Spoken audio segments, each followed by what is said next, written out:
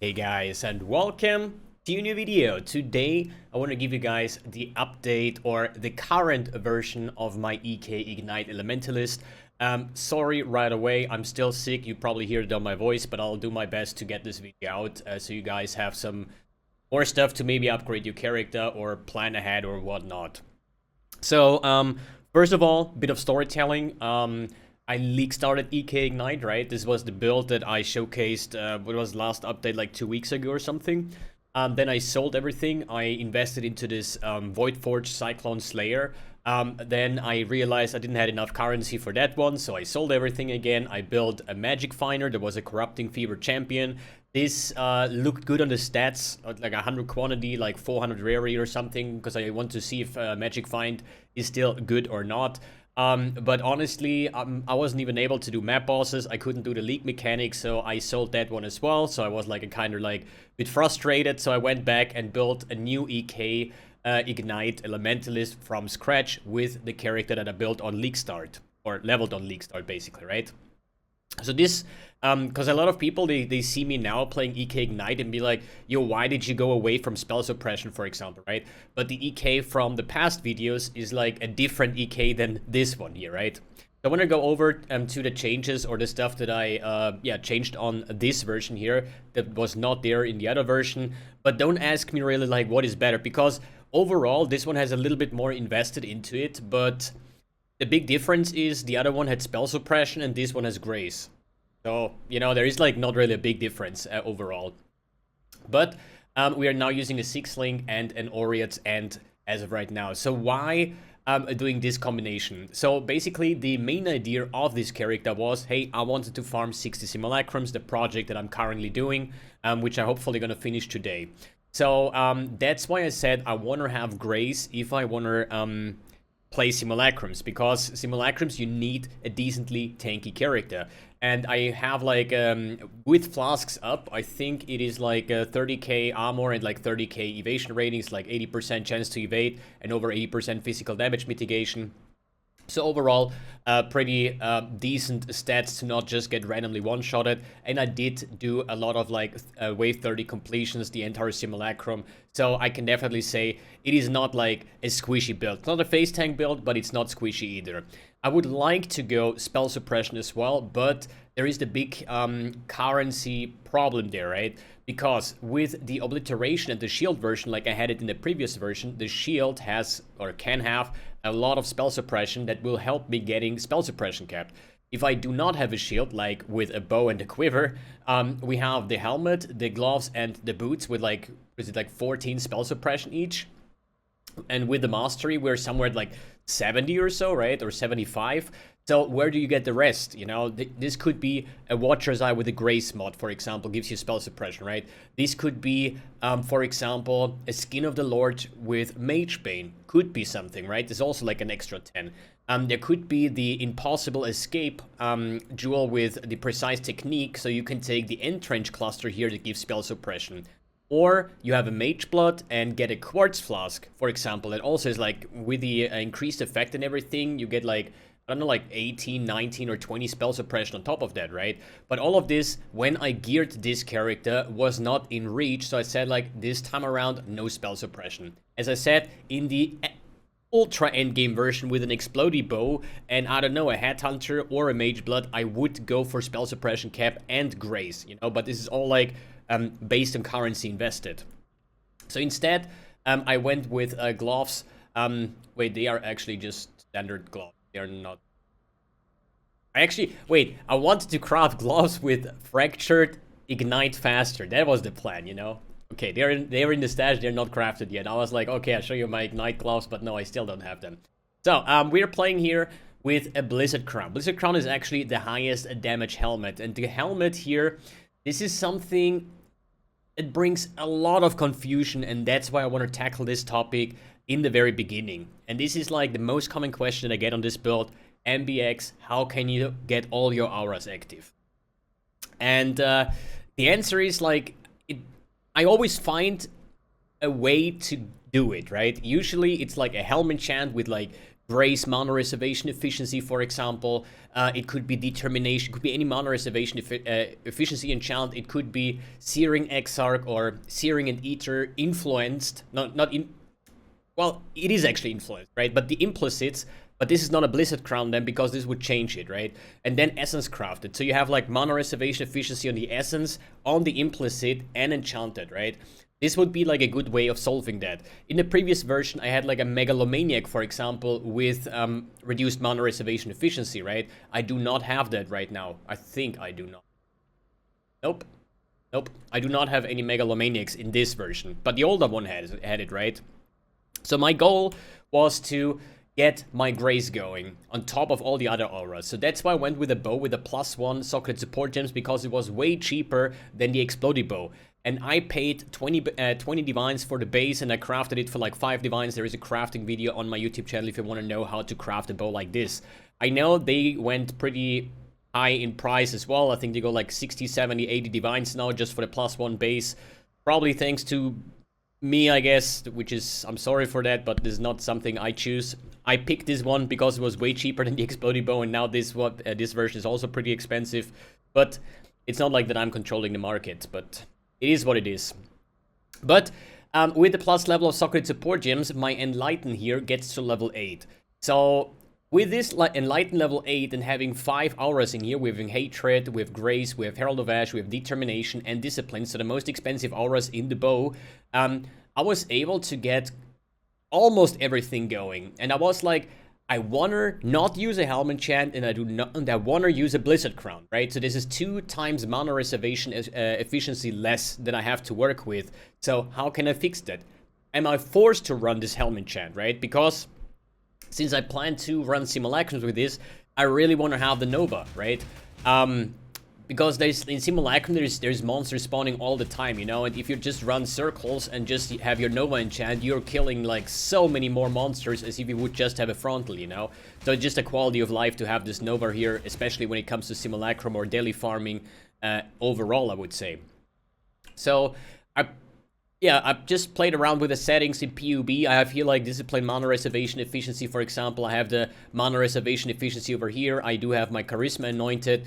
But one thing that changed here, I'm running 2 jewels here with mana reservation efficiency. Here is 2%, and here we have 3% and corrupted with 2%. So this is like a total of 7% mana reservation efficiency, and this was enough to get me down to exactly 1 mana.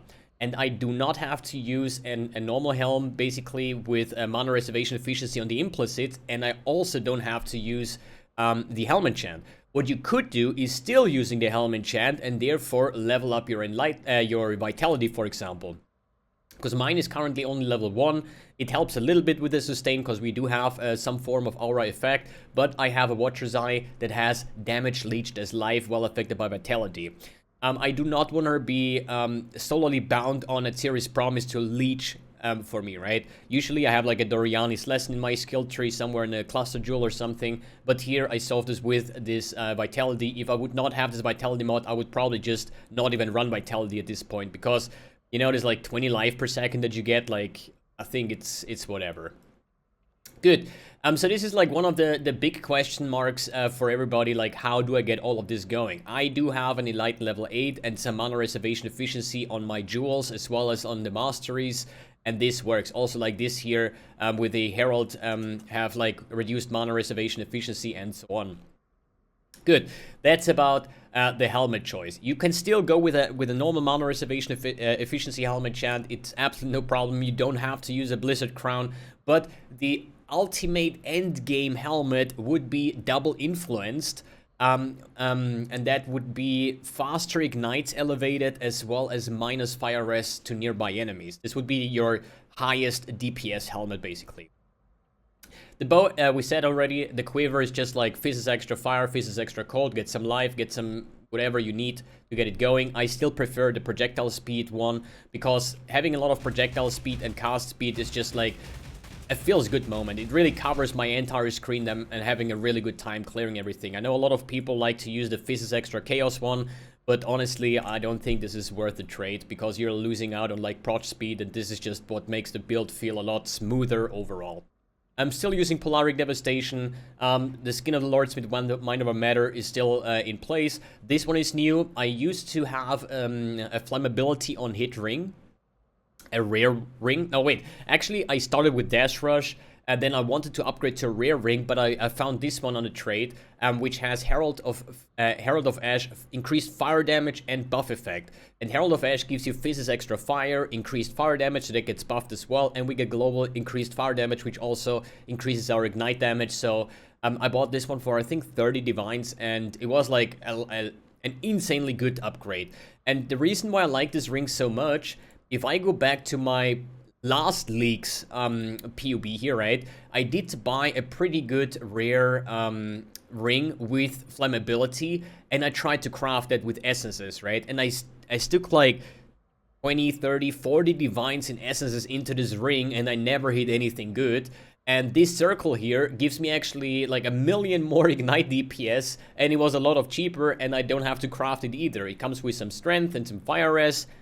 You know, it's just a pretty good thing to have. The belt is just like a rare belt with avoid being shocked. This is like, I think it's not a hunter mod. What was it?